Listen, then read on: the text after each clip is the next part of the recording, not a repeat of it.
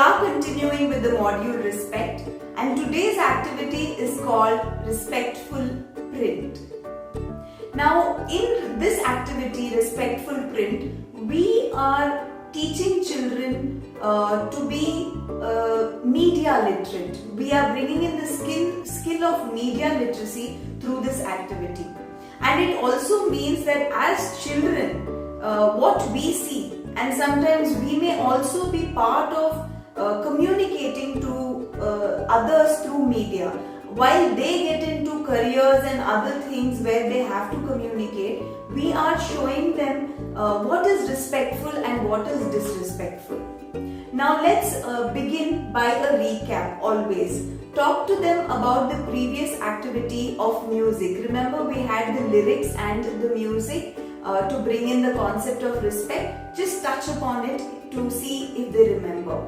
Moving on, now this activity is very interesting. It has ad messages, which many ad messages. So divide the class into groups and each group will get one ad message. Let me show you how these ad messages look. These are a few of the ad messages. So each sheet will have 2 ad messages. This can be cut and given to 2 groups. So these are some of the ad messages that we have.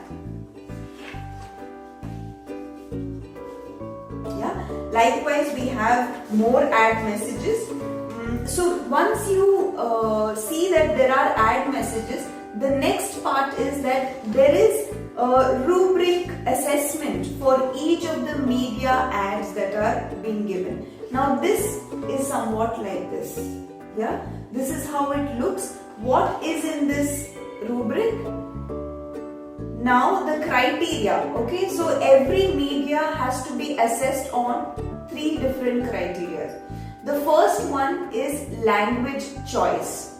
So when you look at a particular advertisement, yeah. So for example, this advertisement says cheat on your girlfriend, not on your workout, right? So if you take this, we are going to check on the criteria of language choice, whether the language used is inclusive, unbiased and respectful.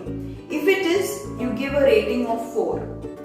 If most of the language used is inclusive but some instances where it lacks respect, then you give 3. Some parts of the language lack inclusivity affecting overall respect, then you give it 2. So likewise, the language that is used, as inclusive as it is, you give the highest rating, and as it is reducing in inclusion, you give the lowest rating.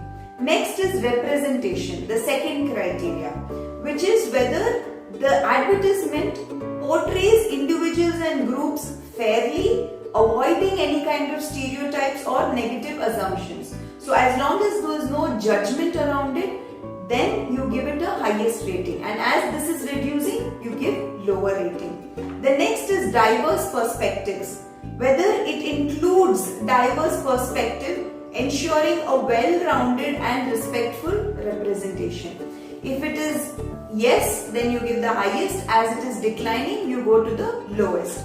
Now the children will be given 1 copy of the rubrics and 1 media message, right? So they will fill out this rubrics cube, and as a teacher you can have a discussion of their findings. Now how will they present their findings?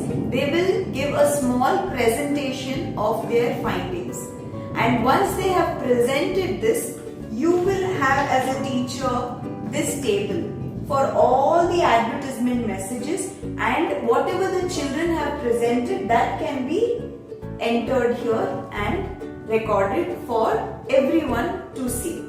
So this way we are bringing in the concept of media literacy and how sometimes media can be misleading, and how whether it is respectful to be misleading or whether it is fair to be giving making it inclusive and giving a message which is actually the right thing. So we are bringing in this as a component so that in future if children are looking at something, one, they will be able to distinguish whether this message is actually true or not, and they have the criteria for it. Secondly, when they get into such kind of jobs in future, they will be more respectful towards what kind of messaging is going to the community around.